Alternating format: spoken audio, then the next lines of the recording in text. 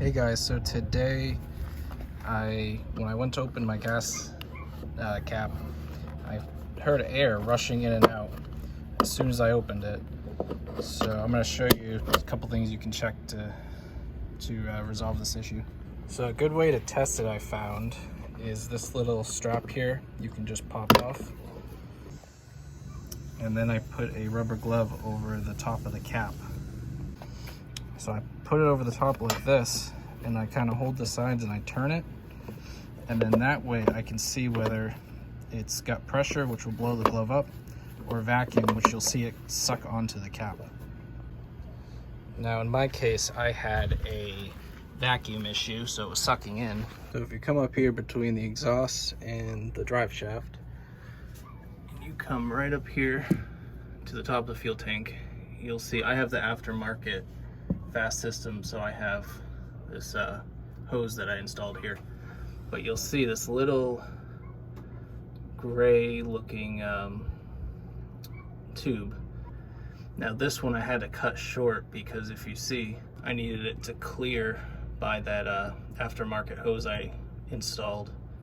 So I just cut the end of it off, about half of it. It was like double the length. You can go ahead and push down on it and turn it halfway, and you'll get to a point where it should pop right out. Now we can go ahead inside and get it cleaned out.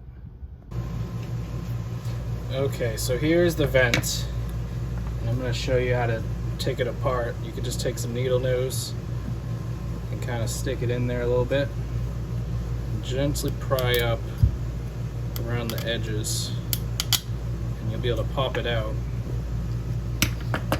And inside you'll find the spring and the little float. That's all it is. And then from there, inside is a little pinhole, and that's where the vacuum and pressure will be able to vent out. And you'll see I had to cut mine a little short to be able to fit it because I have the aftermarket fast pump on here.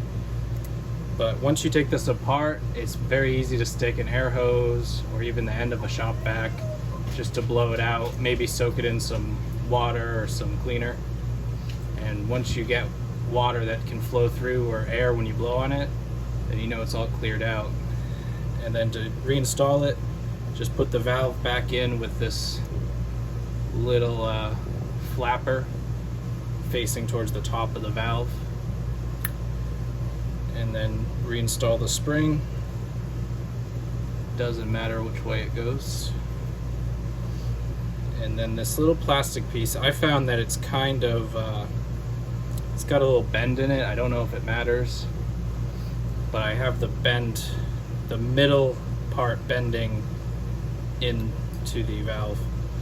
And then this is the tricky part because you have to press it back in, but you don't want to press it too far in, so you kind of have to keep it right on the lip, and you'll slowly just work your way around. And it'll probably take a couple times. You might have to pull it out and start over.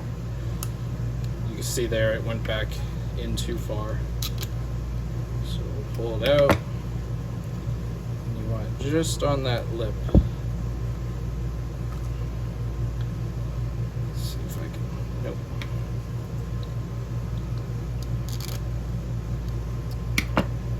Now you don't have to pull this apart. I just was having trouble getting it cleaned out properly. When I blew air through it, it would push that valve up.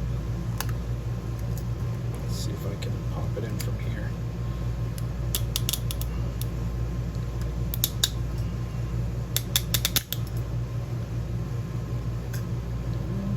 Okay, looks like it's popped in and the spring is clear. You want to make sure that that valve can move freely, and then you can go ahead and reinstall it on the truck. Now if you have a problem with pressure instead of vacuum like I had, that usually indicates that one of your injectors is leaking. That copper washer that seals it when you install the injector, if it leaks by, sometimes that can pressurize the tank.